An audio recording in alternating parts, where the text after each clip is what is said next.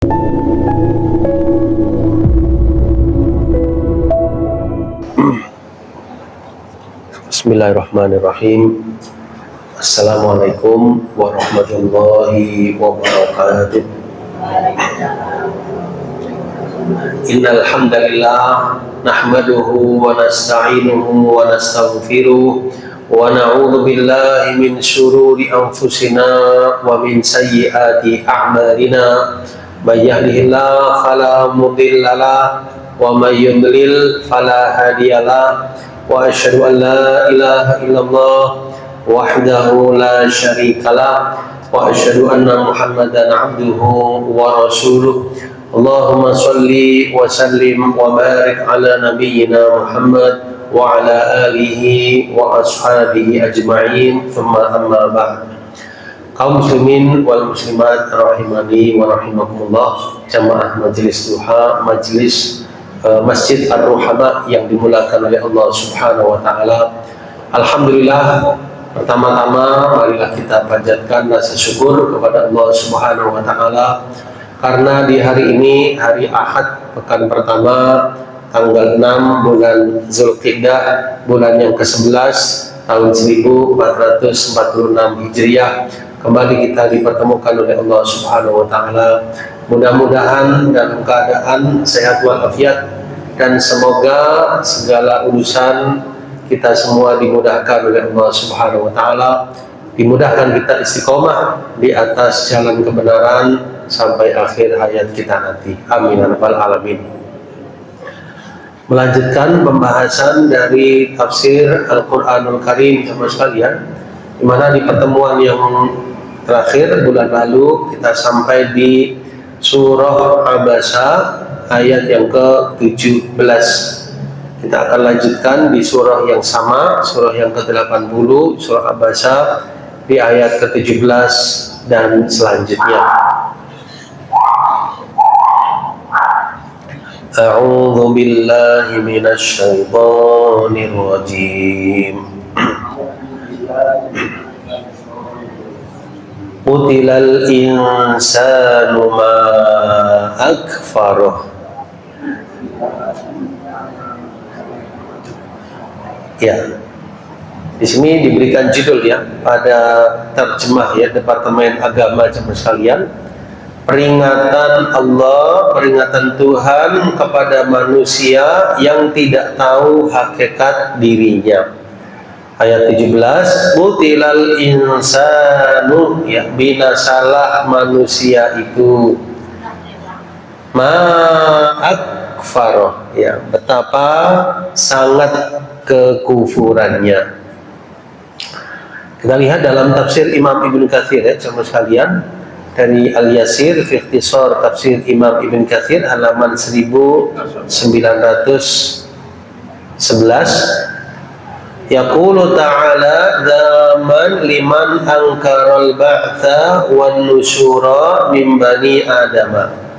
Allah Subhanahu wa ta'ala memberikan celaan, mencela orang yang mengingkari tentang al-ba'ts, hari berbangkit, wan nusyur, hari di mana kita akan dikumpulkan menghadap Rabbul Alamin, menghadap Allah Subhanahu wa ta'ala. Qutilal insanu ma akfarah, ya, kata Ibnu Abbas radhiyallahu anhuma, lu'inal insan, ya, terlaknatlah manusia itu.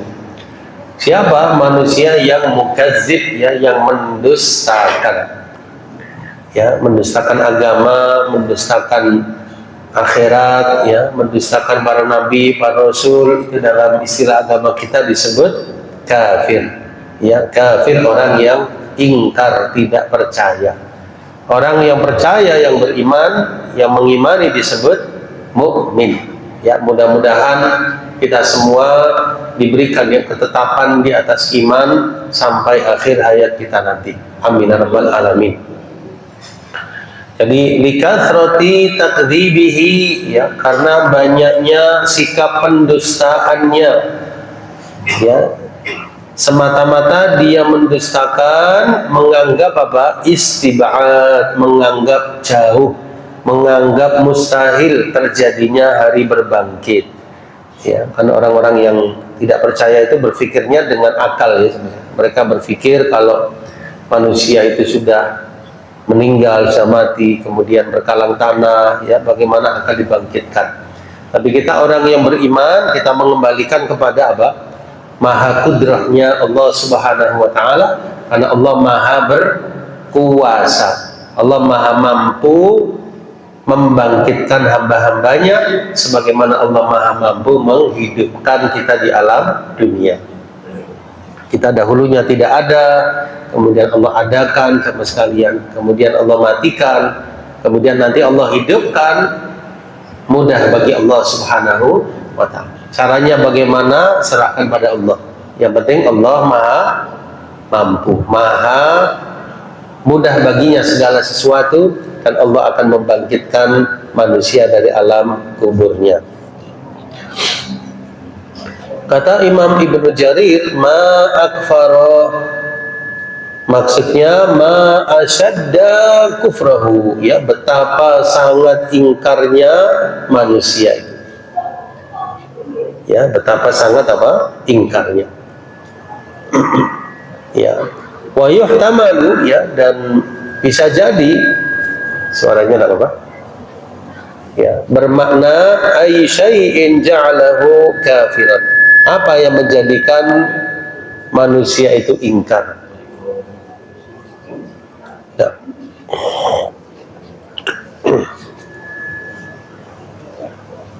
Ya. Ada pula yang mengatakan ma akfaroh ma al'anahu, betapa terlaknatnya manusia. Ya. Ya, kemudian Allah Subhanahu wa Ta'ala di ayat selanjutnya sama sekalian Allah jelaskan bagaimana Allah ciptakan ya manusia itu dari sesuatu yang hina. Ya, artinya kenapa menyombongkan diri, kenapa nggak percaya pada Allah ciptakan dia dari sesuatu yang kita ketahui bersama, yaitu dari setetes mani. Allah Maha mampu untuk mengembalikannya kelak di akhirat dengan penciptaan sebagaimana dahulunya dia diciptakan di dunianya.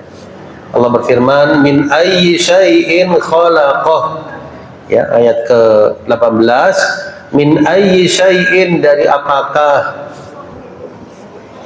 manusia itu Allah ciptakan. Min ayyi syai'in, dari apakah khalaqahu, Allah menciptakannya. Ya, karena akhir ayat maka disukunnya min ayyi syai'in khalaqah. Min nutfatin khalaqahu faqaddara. Dari setetes mani khalaqahu yang Allah ciptakan, faqaddarahu, lalu Allah tentukan. Ya, tsumma sabila yassarah, kemudian dia mudahkan jalannya. Ya, di sini disebutkan ya, di footnote cuma sekalian, maksudnya memudahkan jalannya yaitu memudahkan kelahirannya. Ya, tentu dalam fase-fase ya, fase yang pertama yaitu 40 hari dalam bentuk setetes mani, 40 hari yang kedua dalam bentuk segumpal darah, 40 hari yang ketiga dalam bentuk segumpal daging.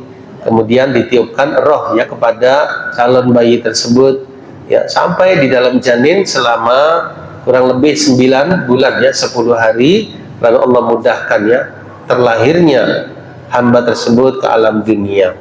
Nah, kita lihat dalam tafsir ya sahabat sekalian.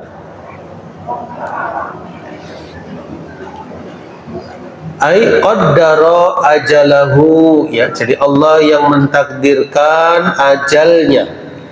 Ya, kita hidup di dunia ini ada yang namanya ajal ya, dan ajal ini adalah masa akhir ya, atau masa kehidupan seseorang di alam dunia. Nah, ini jamaah sekalian telah ditentukan, yaitu ketika hamba tersebut di dalam janin ibundanya ketika berusia 120 hari ya, jadi ditentukan, dicatatkan diantaranya ajalahu, ajalnya, berapa usianya, berapa umurnya ya, ini sudah ditentukan padahal belum apa? Belum lahir Belum lahir sudah ditentukan usianya. Nah, ini berapa usianya? Rahasia Allah. Nah, kita tahunya setelah seseorang itu wafat. Ya, ada yang wafat baru kita tahu, oh ternyata beliau usianya sekian. Nah, kalau masih hidup, nah kita nggak tahu. Ya tentu kita berharap apa? Semoga diberikan panjang umur, umur yang barokah, umur yang diberikan kebaikan oleh Allah Subhanahu wa Ta'ala. Ya, jadi ajal ini telah termaktub, ya, telah tercatat. Ya, tetap kita berusaha ya menjaga kesehatan, ya, menjaga diri kita sama sekalian, berdoa diberikan panjang umur. Ya, tapi pada akhirnya Allah lah yang menentukan ajal masing-masing dari manusia. Wa rizqahu, rezekinya, ya. Jadi Allah tentukan rizki bagi setiap orang. Ini belum lahir ya, sudah ditentukan rezekinya. Belum lahir ke alam dunia sudah dituliskan rezekinya berapa.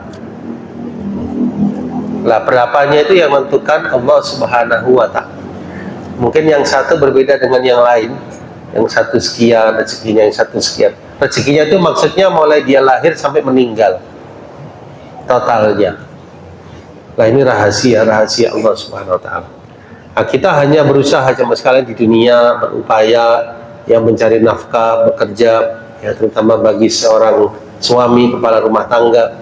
Namun kita yakin rezeki itu telah termaktub. Ya, kita berusaha mencari ya dari jalan yang halal, kita menjauhi dari hal yang syubhat, apalagi yang haram, sambil kita berdoa, bertawakal kepada Allah Subhanahu wa Ta'ala. Kalau memang bagiannya dia dapatkan dari jalan yang halal, alhamdulillah. Kalau nggak dapat, berarti memang belum apa? Rezekinya. Kalau nggak dapat satu hal yang kita harapkan, berarti memang belum rezekinya. Karena rezeki itu sudah termaktub. Ya, tidak akan keliru. Ya, ada seorang di masa dulu yang mengatakan, "Lamma alimtu anna rizqi la yakuluhu ahad, itma'anna qalbi." Ya, ketika aku tahu rezekiku itu tidak akan dimakan oleh orang lain, maka tenanglah hatiku. Ya, jadi nggak akan salah alamat ya rezeki. Kalau bagiannya mesti apa didapatkan. Kalau nggak dia dapatkan berarti bukan bagiannya. Ya. Kemudian bagaimana mendapatkan rezeki sama sekalian? Dengan dua cara. Yang pertama dicari, yang kedua terkadang datang sendiri. Tanpa di luar perkiraan kita, ya namanya rezeki ya. Secara umum dicari, ya dicari. Terkadang tiba-tiba datang, ya Allah yang menghendaki. Yang penting apa? Kita memastikan sumber dari apa? Pendapatan, penghasilan, gaji tersebut hendaknya benar-benar dari jalan yang halal. Karena nanti di akhirat ditanya oleh Allah Subhanahu wa Ta'ala diantaranya tentang harta, ya dari mana dia mendapatkannya, yang kedua kemana dibelanjakan. Maka bersyukurlah ketika Bapak Ibu sekalian kita mendapatkan rizki dari jalan yang halal, meskipun sesuatu tersebut sederhana, insya Allah barokah. Daripada banyak tapi apa nggak jelas, ya nggak jelas dari mananya, apalagi dari yang haram, maka nggak barokah, di akhiratnya juga sengsara. Kemudian yang berikutnya wa amalahu, amalnya, ya, wa syaqiyun aw sa'idun, dan celaka atau bahagianya. Ya ini telah termaktub ya di sisi Allah, tapi ini rahasia, kita tidak tahu. Kita berupaya ya mengamalkan yang baik, yang terbaik, ya, dan kita berupaya menjadi orang-orang yang suada, orang-orang yang berbahagia kelak di akhiratnya. Ini yang kita upayakan.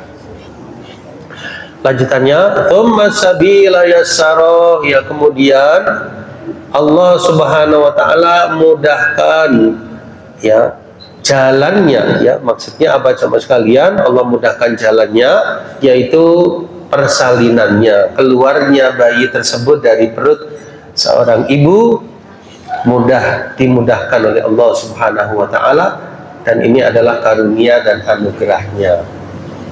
Ya, jadi tidak semata-mata apa namanya orang yang menangani proses persalinan atau teknologi, tapi di sini lebih kepada maunah, ya, pertolongan Allah Subhanahu wa taala sehingga mudah terlahir ke alam dunia. Tadinya dalam perut ibundanya, kemudian bisa menghirup udara bebas, ya, di dunia, terlahir dengan selamat.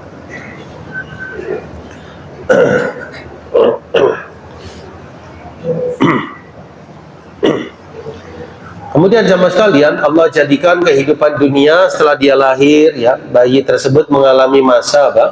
Yang pertama, masa 2 tahun pertama, ya, 2 tahun pertama ini seorang anak, seorang bayi yang mendapatkan asupan ASI, ya, dari ibundanya.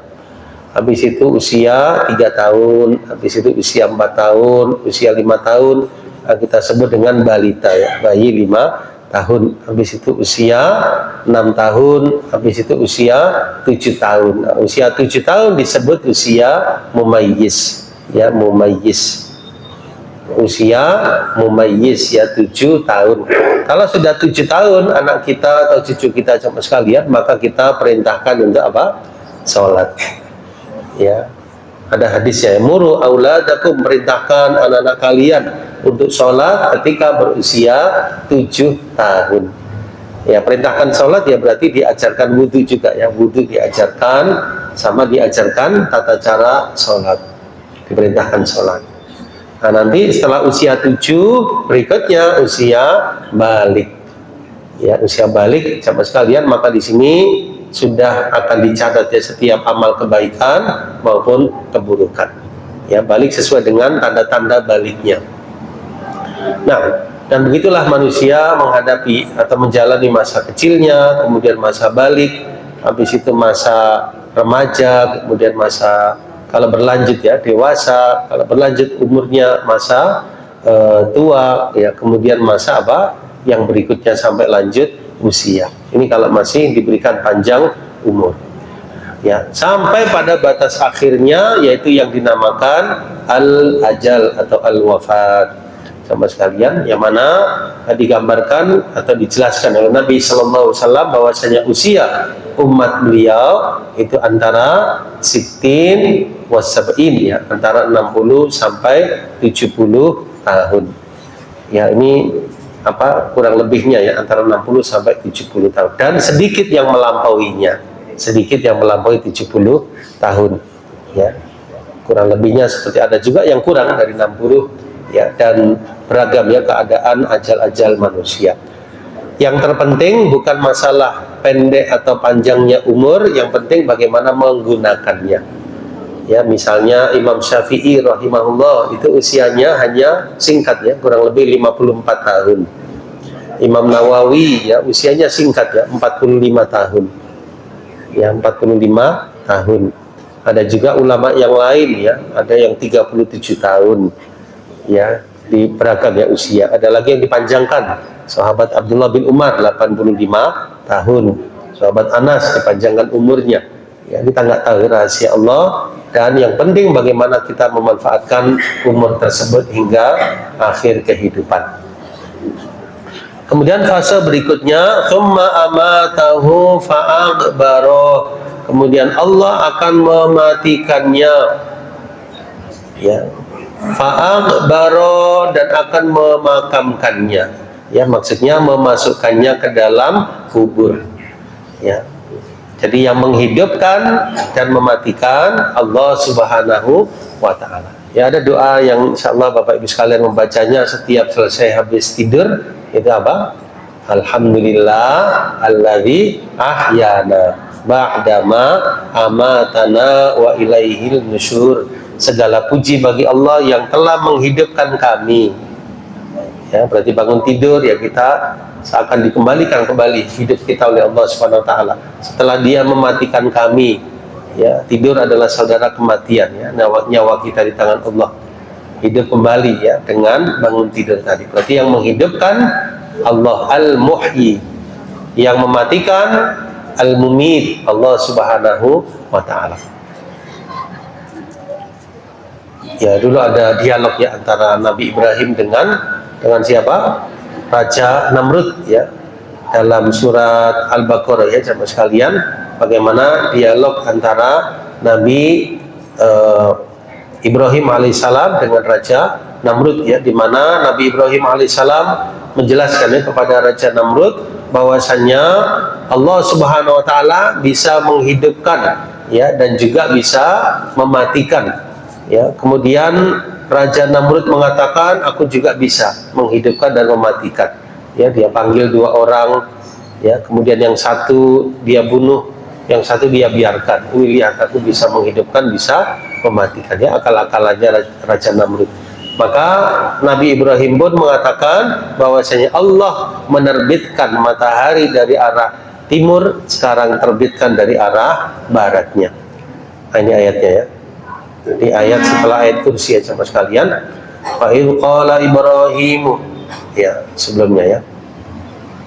Alam tara ilal ladzi haja Ibrahim, ya, apakah engkau tidak memperhatikan orang yang mendebat Ibrahim tentang Tuhannya ya, an atahul mulk id qala Ibrahim ya, Nabi Ibrahim mengatakan Tuhanku adalah dia yang menghidupkan lagi mematikan ya, berarti Allah yang menghidupkan lagi mematikan ya. Maka Raja Namrud itu berkilah, ana uhyi wa umit, saya juga bisa menghidupkan dan mematikan. Maka Nabi Ibrahim ya menjelaskan Allah menerbitkan matahari dari arah timur, sekarang terbitkan dari arah barat. Fabuhital ladzi kafar ya. Ketika itu Raja Namrud tidak bisa menjawab, dan wallahu la yahdil qaumadz dzalimin. Nah, kemudian jamaah sekalian dimulakan oleh Allah Subhanahu wa taala, tsumma amatahu fa'aqbaro ya. Kemudian Allah matikan hamba tersebut dan memasukkannya ke dalam kubur. Kata Imam Ibnu Katsir, ai innahu ba'da khalqihi lahu amatahu fa'aqbarahu ai ja'alahu dza qabrin. Ya, jadi setelah Allah ciptakan manusia, satu saat Allah akan matikan, kemudian Allah akan menjadikannya masuk ke dalam liang lahat, ke dalam alam kubur. Ai ja'alahu dza qabrin, menjadikannya punya makam atau punya kuburan. Ya, mudah-mudahan kubur ya tempat kita nantinya coba sekalian menjadi tempat di mana kita insya Allah semoga mendapatkan kenikmatan di alam kubur, dijauhkan kita dari azab kubur. Ya, jadi manusia berasal dari tanah dan pada akhirnya berkalang tanah. Nah, kubur itu sama sekalian bukan persinggahan terakhir, tapi persinggahan sementara. Sementara. Jadi di alam kubur itu sementara, menunggu sampai apa? Sampai hari kiamat. Nah, ini ayat selanjutnya ya. Tsumma idza syaa'a ansyarah. Kemudian kalau Allah menghendaki, ansyarah, dia akan membangkitkannya. Ya, jadi di alam kubur itu sampai batas waktu yang ditentukan. Sampai Allah jadikan apa? Akhir kehidupan dunia dengan hari kiamat. Setelah itu Allah bangkitkan. Ai ba'atsahu ba'da mautih, ya Allah akan bangkitkan setelah kematiannya. Ya, ayat yang semisal dalam Ar-Rum ya 20 ayat yang berkaitan. Wa min ayatihi an khalaqakum min turabin thumma idza antum basyarun tantashirun. Dan di antara tanda-tanda kuasanya Allah, Dia ciptakan kalian dari tanah. Ya, asal kita dari tanah. Bapak Adam alaihissalam Allah ciptakan dari apa? Tanah. Nah, kalau jin dari api, ya. Syaitan dari api, malaikat dari cahaya. Kita dari tanah. Tsumma idza antum basyarun tantashirun, ya, kemudian tiba-tiba kalian menjadi apa? Manusia, ya, tantashirun, yang tersebar ya di muka bumi dengan berbagai bahasa, warna kulit, wajah yang berbeda-beda dengan berbagai kultur dan tempat yang beragam di dunia ini. Ya, disebutkan dalam hadis sama sekalian bahwasanya kullu ibnu Adam, setiap anak Adam itu akan hancur. Ya, maksudnya jasadnya, kecuali ajabud dzanab, yaitu apa sama sekalian? Tulang ekor. Ya. Maksudnya itu nggak akan hancur. Wa fihi yurakkab, dari tulang ekor itulah manusia tersebut akan dibentuk lagi susunan tubuhnya. Ya maksudnya kalau di alam kubur itu kan apa namanya, nantinya berkalang tanah coba sekalian. Nanti yang tersisa itu tulang ekornya, dan dari situlah Allah akan susun kembali kelak ketika dibangkitkan hamba tersebut. Ya, bagaimana nanti kejadian di alam kubur, nah, sudah kita serahkan kepada Allah. Yang penting kita masuk kubur nantinya dalam keadaan beriman, dalam keadaan sudah beramal soleh. Itu yang kita pentingkan. Ya, nanti bagaimana kehidupannya, bagaimana keadaan di dalamnya sudah serahkan kepada Allah SWT. Tapi kita hanya meyakini ya bahwasanya di alam kubur itu ada pertanyaan dua malaikat, man rabbuka, ma dinuka, man nabiyuka. Ya, kalau benar menjawabnya, Tuhanku adalah Allah, nabiku Nabi Muhammad sallallahu alaihi wasallam, agamaku adalah Islam, maka insya Allah akan diberikan apa? Kenikmatan di alam kuburnya. Itu yang kita harapkan. Dipanjangkan apa? Pandangannya, diluaskan makamnya, meskipun sempit makamnya secara kasat mata, tapi di alamnya, di alam barzakh jenazah tersebut diberikan kelapangan oleh Allah Subhanahu wa ta'ala. Ya, alamnya berbeda, alam akhirat. Kita nggak melihat, tapi jenazah tersebut merasakan kelapangan di alam kubur. Sebaliknya, kalau dia mendapatkan siksa kubur, tidak bisa menjawab 3 pertanyaan malaikat tersebut, 2 malaikat tadi, maka kubur yang sempit itu akan semakin apa? Sempit dan gelap. Wal'iyadzubillah. Baik, inilah yang kita siapkan teman sekalian dengan apa? Peningkatan kualitas ya, iman, takwa, dan amal soleh. Nah, lanjutannya, kalla lamma yaqdi ma amaroh, ya, sekali-kali jangan manusia itu belum melaksanakan apa yang diperintahkan Allah kepadanya. Ya. Ya, maksudnya laisal amru kama yaqulu hadzal insan al kafir, ya, tidak seperti yang dikatakan oleh orang yang kafir itu, ya, bahwasanya dia telah menunaikan hak Allah atas dirinya dan hartanya. Ya, lamma yaqdi ma amara, dia belum melaksanakan apa yang diperintahkan kepadanya.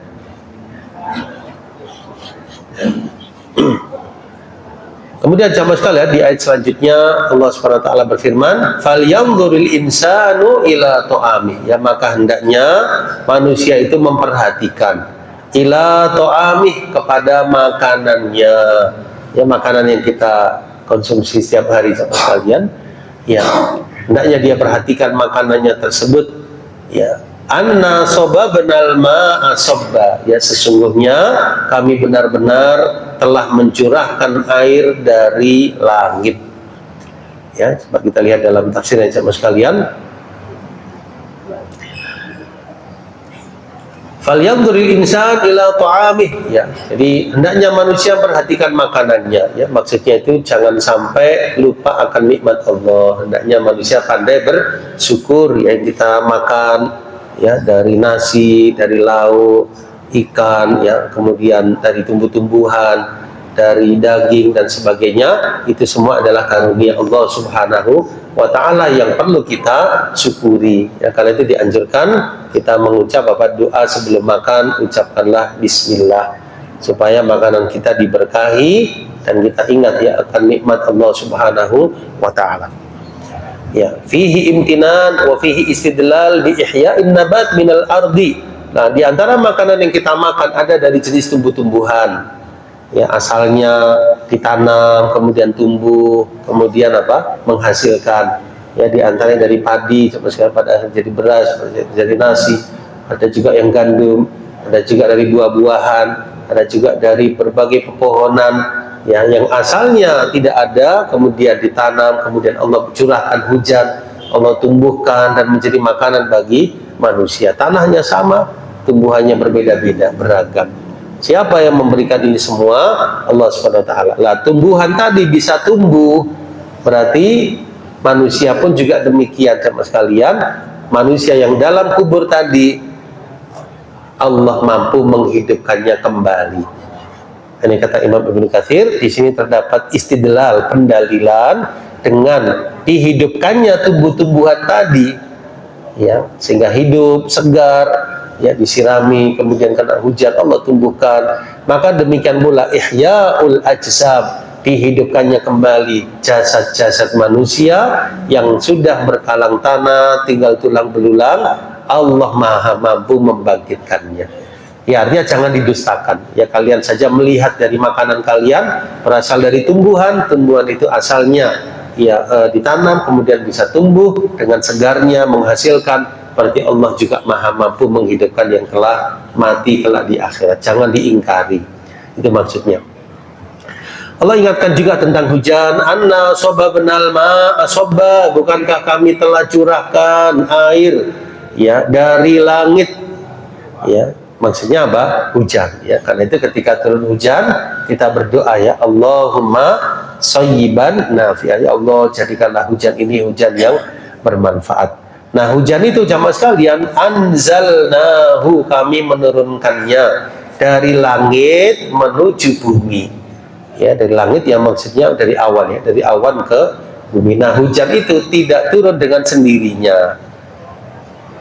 Hujan tidak turun dengan sendirinya, ada yang menurunkannya, Allah Subhanahu wa ta'ala. Karena itu kalau lama nggak turun hujan, ya, musim paceklik, lama nggak turun hujan, itu kan disunahkan untuk sholat apa? Istisqa, sholat minta hujan.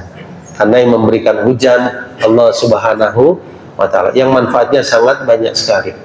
Tsumma syaqaqnal arda syaqqa, kemudian ayat 26, kami belah bumi itu dengan sebaik-baiknya, ya, dari turun hujan, ya, kena tanah, tanahnya subur, menghasilkan apa? Tumbuhan. Fa'ambatna fiha habba, kami tumbuhkan biji-bijian di bumi tersebut. Ya, apa maksud membelah bumi? Askannahu, kami serapkan hujan itu di bumi. Fadakhala, dia masuk fi tuhumiha, ya, dia masuk di sela-sela, ya, dari bumi tersebut, ya, sehingga bisa menghasilkan apa coba sekalian, tumbuh-tumbuhan yang dibutuhkan manusia. Nah,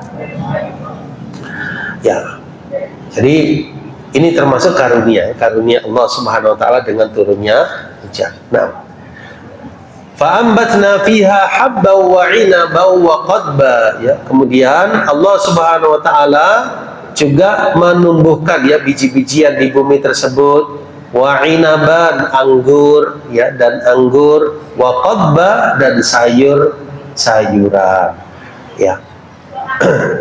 Jadi biji-bijian, ya, dengan segala jenisnya, ya, kemudian juga apa namanya, anggur, jamaah sekalian, buah-buahan, ya, secara umum, termasuk juga sayur mayur, ya, dengan segala jenisnya, Allah lah yang menumbuhkannya, ya, kita yang merasakan hasil, ya, dari tanaman-tanaman tersebut. Ini contoh di dunia bagaimana Allah Maha mampu menghidupkan sesuatu, kelak di akhirat juga demikian, Allah membangkitkan hamba-hambanya.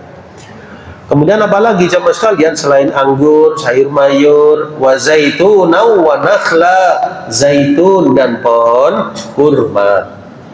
Ya, kalau di Arab itu kan banyak pohon kurma, ya, dan diturunkannya Al-Qur'an pertama kali di Mekah Al-Mukarramah, di Madinah Al-Munawwarah. Di waktu itu banyak orang-orang yang tahu persisnya pohon kurma. Ya, kalau kita kembangkan, ya, betapa banyak pohon-pohon yang ada di alam ini, ya, kita lihat di sekitar kita, ya, berbagai macam jenis pohon, ya, ada pohon kelapa, ada pohon beringin, ada pohon, ya, bermacam-macam. Nah, ini kalau dipelajari sama sekalian itu sangat bermanfaat, ya. Jadi mempelajari pengetahuan alam tentang pepohonan, tentang hewan, tentang, ya, biologi, ya, tentang pengetahuan alam, ini termasuk hal yang bisa menambah iman, ya, karena apa? Bisa membuat seseorang apa semakin tahu ternyata begini, ternyata rahasianya luar biasa, ternyata pohon ini begini, ternyata akarnya demikian, dan seterusnya, ya. Kita dulu belajar di SD apa coba sekalian, pohon itu tanaman yang mengeluarkan, ya, di pagi hari apa oksigen, ya, kemudian di siang hari karbon dioksida dan sebagainya. Artinya semakin, ya, banyak tumbuhan, pepohonan, ya, luar biasa manfaatnya bagi manusia. Satu di antaranya pohon zaitun, ya buah zaitun dan pohon kurma, wa hadaiqa ghulba, dan kebun-kebun yang lebat. Ya hadaik jamak dari hadiqah, ya taman-taman atau kebun-kebun yang lebat. Wa fakihatan wa abba, ya dan buah-buahan serta rumput-rumputan, ya buah-buahan serta rumput-rumputan. Ya, ya. Kemudian dijelaskan di sini oleh Imam Ibnu Katsir, zaitun yaitu zaitun yang telah diketahui buah zaitun, ya. Insya Allah pernah makan, ya Bapak Ibu sekalian, buah zaitun, ya Masya Allah. Wa nakhla yaitu pohon kurma, ya yang dimakan dari pohon kurma itu buah kurma, ya ada yang berupa rutop, ya ada yang berupa kurma. Kemudian jemaah sekalian bisa dengan apa? Nayyi'an wa matbukhan, ya bisa kurma itu dimakan dengan keadaannya yang masih segar, ya bisa juga dalam keadaan matangnya, bisa juga diperas, ya wa yu'tasar, diperas. Saya pernah nyoba juga jus kurma, ya kurma dicampur, ya apa campur susu misalnya bisa di jus, ya Masya Allah, atau kurma dicampur dengan apa, Masya Allah. Jadi luar biasa manfaat kurma. Untuk kesehatan juga luar biasa kemanfaatannya. Untuk bayi yang baru lahir juga bagus sekali, ya ditahnik dengan apa? Kurma. Ditahnik itu orang tuanya mengunyah kurma tadi lalu mengitarkannya ke dalam bagian rongga mulut sang bayi, ya supaya pertama kali yang masuk adalah kurma, ya sebelum meminum ASI dari ibundanya. Ini tuntunan Nabi Shallallahu Alaihi Wasallam, ya juga ketika buka puasa, sahur, ini juga bagus sekali, ya bahkan dalam keseharian kita mengkonsumsi kurma, insya Allah manfaatnya sangat banyak, ya pohon-pohon yang disebutkan dalam Quran, ya kurma, zaitun, Masya Allah, ya ya baik. Wa hadaiqa ghulba, ya jadi basatin, ya kebun-kebun yang lebat, ya Masya Allah. Di Malang juga kita lihat, ya banyak, ya taman-taman, kebun-kebun yang luar biasa, yang itu termasuk apa? Sesuatu yang merupakan keindahan dunia dan anugerah ilahiyah, anugerah Allah kepada hamba-hambanya, ya baik. Kemudian apalagi jemaah sekalian, wa fakihatan wa abba, ya buah-buahan, ya dengan segala jenisnya, apalagi di Indonesia, ya segala jenis, ya Masya Allah, buah-buahan bisa kita lihat, ya ada buah pisang, ya ada buah mangga, ada buah anggur, ada buah jeruk, ada buah apel, ada buah naga, ada buah apalagi jemaah sekalian, ya macam banyak sekali, ya ada buah kelengken, ya ada buah leci, ada buah apalagi sirsak, ya manggis, Masya Allah, ya ya ini luar biasa, ya jadi anugerah ilahiyah, semuanya berasal dari tanaman. Nah, tanaman itu butuh kepada hujan yang menumbuhkan Allah Subhanahu wa Ta'ala, ya maksudnya kita disuruh berpikir, ya disuruh berpikir, ngambil ibroh, kemudian kita kiaskan, ya kalau Allah saja mampu menghidupkan tumbuh-tumbuhan tadi, berarti aku juga akan dihidupkan kelak di akhirat. Allah maha mampu, ya kan arahnya ke situ, ya sekalian. Kita disuruh ngambil ibrah dari dunia, apa yang kita renungkan, ya dari tadabbur alam ini, apa yang di sekitar kita, untuk kita sampai kepada keyakinan Allah maha mampu menghidupkan yang telah mati. Nah, ya kemudian apalagi jemaah sekalian, firman Allah selanjutnya yaitu mata'al lakum wa li'an'amikum, ya untuk kesenangan kalian dan juga an'amikum, binatang-binatang ternak kalian. Nah, kita dapat kemanfaatan, ya baik dengan mengkonsumsinya maupun dengan berjual beli dengannya. Kemudian binatang-binatang ternak juga mendapat kemanfaatan, ya dari tanaman-tanaman tersebut. Nah,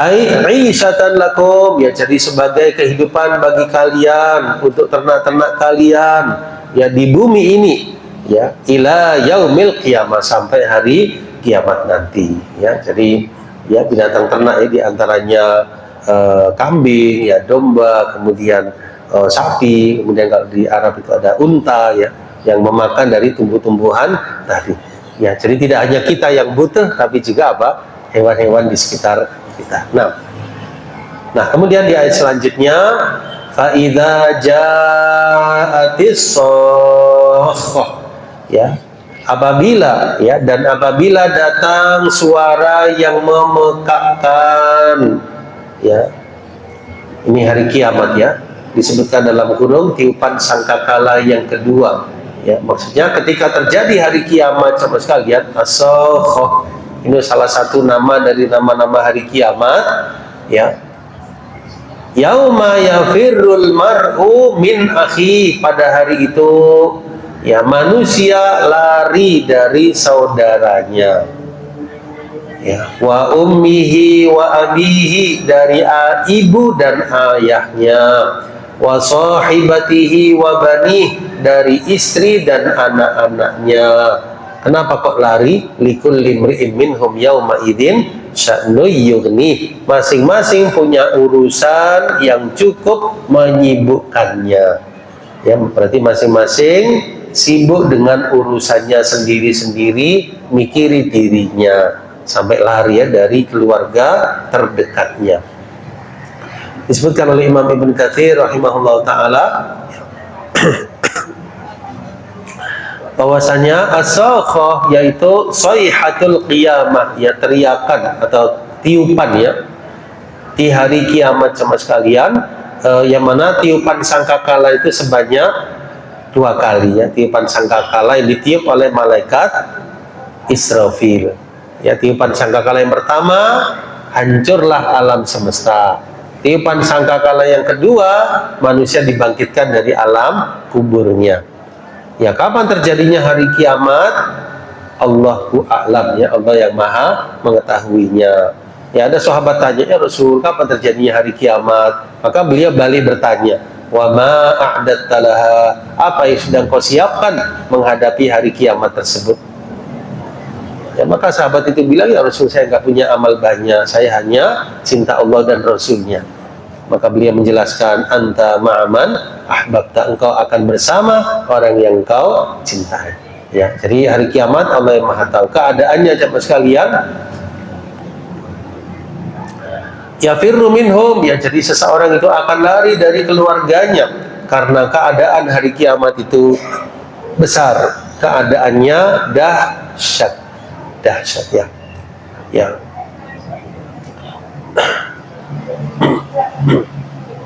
Ya, jadi lari, ya, dari saudaranya, dari ibundanya, dari ayahnya, dari istrinya, termasuk juga dari apa? Anaknya. Ya, kita berlindung, ya, kepada Allah dari kedahsyatan di hari kiamat, yang mana mereka yang hidup, ya, di hari kiamat itu adalah mereka yang merupakan orang-orang yang buruk, ya, di dunia, yang sudah tidak ada iman lagi.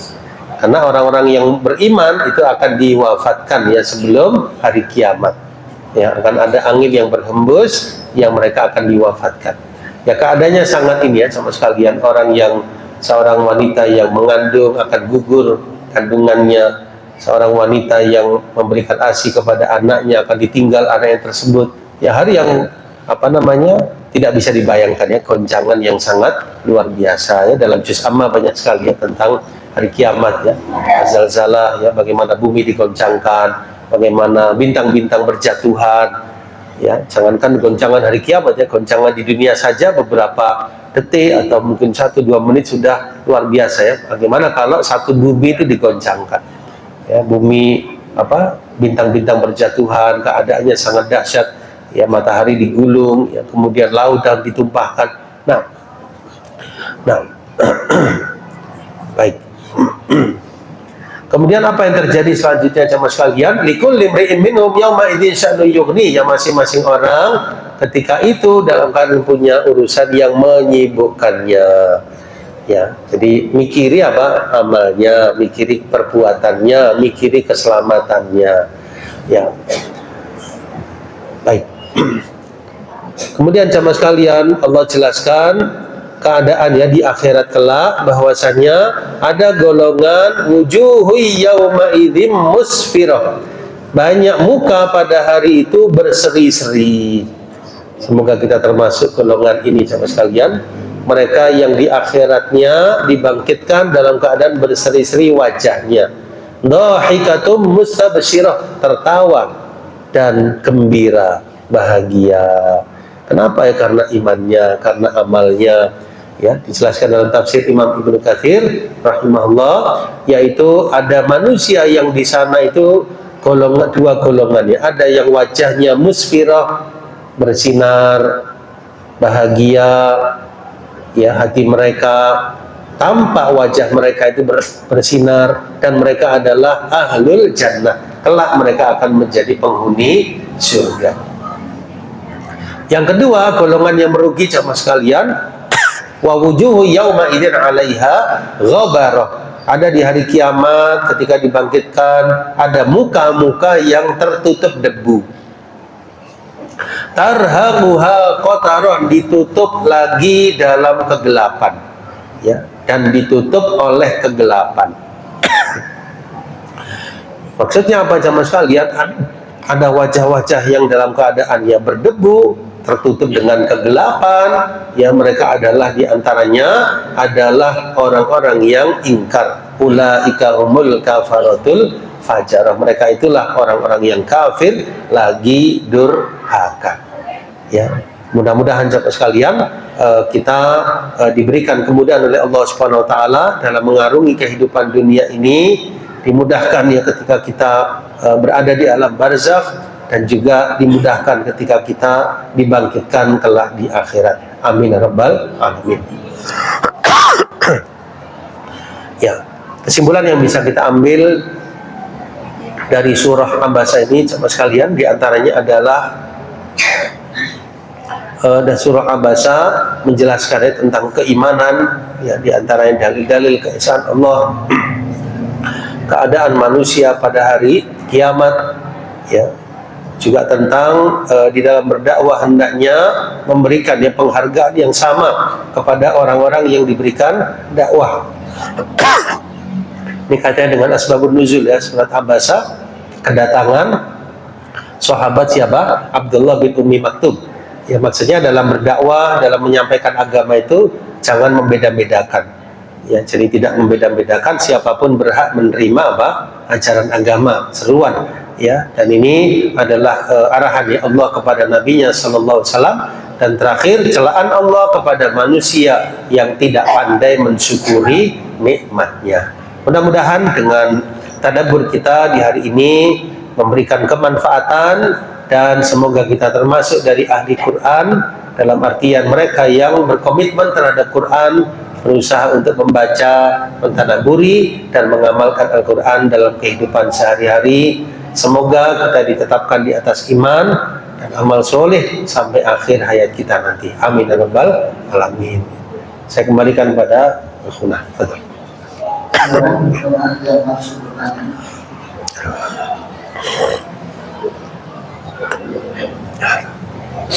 Bismillah. Assalamualaikum warahmatullahi wabarakatuh. Waalaikumsalam. Mohon untuk diterangkan sedikit Ustaz tentang tadi mengenai tulang ekor. Sedangkan yang umum, Ya. itu kebanyakan itu kepala manusia atau tengkorak yang umum Ustaz, yang digambarkan di beberapa mass media atau yang lain. Itu yang pertama Ustaz. Yang kedua, apa yang dimaksud dengan maksimal? Demikian Ustaz. Assalamualaikum warahmatullahi wabarakatuh. Waalaikumsalam warahmatullahi wabarakatuh. Ya, tentang tulang ekor tadi itu merujuk kepada hadis ya, bahwasanya manusia keadaan jasadnya di alam kubur itu akan dalam keadaan hancur kecuali tulang ekor, dan darinya yurakkab, akan dibentuk oleh Allah Subhanahu wa taala. Secara umum sahabat sekalian, secara umum manusia itu akan hancur ya dirinya. Dan menurut keterangan hadis tersebut, yang tersisa itu adalah tulang apa? Ekornya. Saya tidak berani lebih lanjut untuk membahas ini dari sisi yang lain, tapi hanya merujuk ya kepada hadis tersebut. Dari itulah manusia akan dibangkitkan oleh Allah Subhanahu wa taala. Itu yang pertama. Keadaan di alam kubur ya sekali lagi berbeda ya dengan keadaan di dunia ya. Alamnya berbeda, alamnya sudah alam apa? Akhirat. Karena itu persinggahan pertama bagi manusia di akhirat adalah alam barzakh. Ya, kalau di dunia ini kita ada jasad, ada raga, ada rohani. Kalau di kubur sama sekalian, keadaan secara fisik dari manusia tersebut berkalang tanah. Tetapi bagaimana keadaan di alam kubur nanti, Allah yang Maha tahu. Tapi secara umum ada dua ya, ada mereka yang mendapatkan nikmat kubur, ada juga yang mendapatkan azab kubur. Demikian yang pertama. Yang kedua tentang maghfirah. Ya, maghfirah itu maksudnya ampunan. Ampunan dari Allah Subhanahu wa Ta'ala.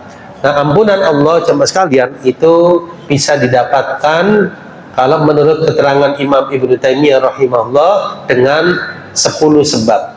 Ya, 10 sebab ya, diantaranya yang pertama adalah istighfar. Yang kedua taubat. Yang ketiga amal-amal kebajikan. Ya, diantaranya sholat 5 waktu, puasa Ramadan, Jumatan, doa kita kepada saudara kita, Allahumma ghfir lil muslimina wal muslimat wal mu'minina wal mu'minat. Itu kan doa maghfirah untuk saudara kita. Termasuk juga musibah. Ya, musibah itu bisa menggugurkan dosa kalau sabar. Ya, mungkin berupa sakit, ujian, cobaan, apapun ya, kegundahan, kekurangan harta, lalu dia sabar, dia ini ya berharap muhtasiban, itu insya Allah sebab maghfirah. Sampai ditusuk duri ya, ketika dia berjalan, kalau dia sabar ya, dia bersihkan, dia sabar, insya Allah mendatangkan maghfirah. Sebab yang lain dari sebab maghfirah adalah azab kubur. Ya, azab kubur maksudnya ketika seseorang pas diazab di kuburnya, tentu kita berlindung ya, tapi umpama dia disiksa, itu tujuannya mengurangi dosanya. Dulu Nabi SAW pernah lewat 2 kuburan, 2 makam. Lalu beliau jelaskan bahwa penghuni 2 makam ini sedang disiksa. Yang satu, dia tidak membersihkan diri setelah, setelah buang air kecil. Iya, setelah buang air kecil tidak membersihkan diri, tidak istinja. Nah, ini termasuk sebab datangnya azab kubur ya. Ada sebagian orang yang, mohon maaf ya, kencing sembarangan, nggak disiram, ini bahaya, bisa mendatangkan azab kubur. Yang kedua, yang satu lagi suka namimah. Namimah itu adu domba. Lalu Nabi SAW mengambil sesuatu seperti pelepah kurma atau misalnya, beliau tancapkan ya di kubur tadi, kemudian beliau bersabda yang kurang lebih maknanya, mudah-mudahan azab keduanya diringankan sebelum yang beliau tancapkan tadi kering. Ya, ini menunjukkan apa? Itsmat, penetapan adanya balasan di alam kubur, adanya siksa kubur, adanya nikmat. Siapa mendapat nikmat dan azab, Allah yang Maha tahu. Tapi secara umum sifatnya yang mendapat nikmat orang yang bisa menjawab pertanyaan malaikat, dia beriman, dia beramal solid, mendapatkan nikmat di alam kubur. Yang mendapat siksa ya orang yang tidak beriman, orang yang kafir, orang munafik ya, atau orang yang beragama Islam tapi dia masih punya dosa yang perlu dibersihkan di alam kubur. Itu dalam tahiyat akhir kita dianjurkan berdoa, berlindung dari azab kubur. Allahumma inni a'udzubika min adzabi jahannam wa min adzabil qabr wa min fitnatil mahya wal mamat wa min syarri fitnatil masihid dajjal. Berlindung kepada Allah dari siksa api neraka, siksa kubur, ujian kehidupan, ujian kematian, dan dari fitnah al-masih ad-dajjal. Nah, supaya kita mendapat maghfirah itu dengan cara tadi ya, yang telah disebutkan di antaranya. Termasuk juga sebab maghfirah yaitu syafaat, ya, syafaat kelak di akhirat, syafaat kelak di akhirat. Ya. Nah, kalau seseorang berdosa sama sekalian, dan tentu kita nggak lepas dari kekhilafan, kesalahan, maka dia dianjurkan segera istighfar. Kalau itu dosa besar, segera taubat. Taubatan nasuha, syaratnya 3 ya, berhenti, menyesali, tidak bertekad, tidak mengulang di masa mendatang, bertekad. Umpama suatu saat terjatuh lagi, taubat lagi.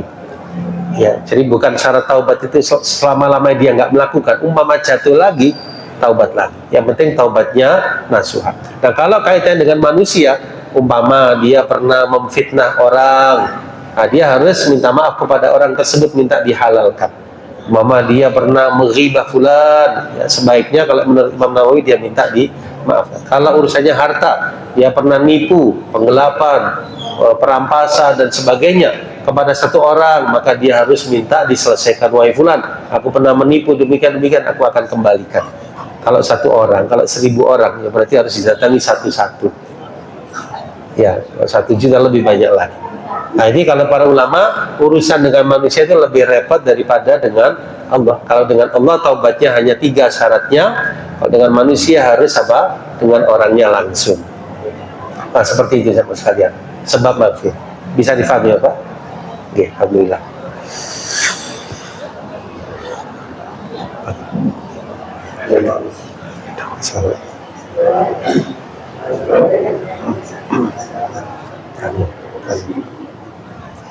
Belum ada.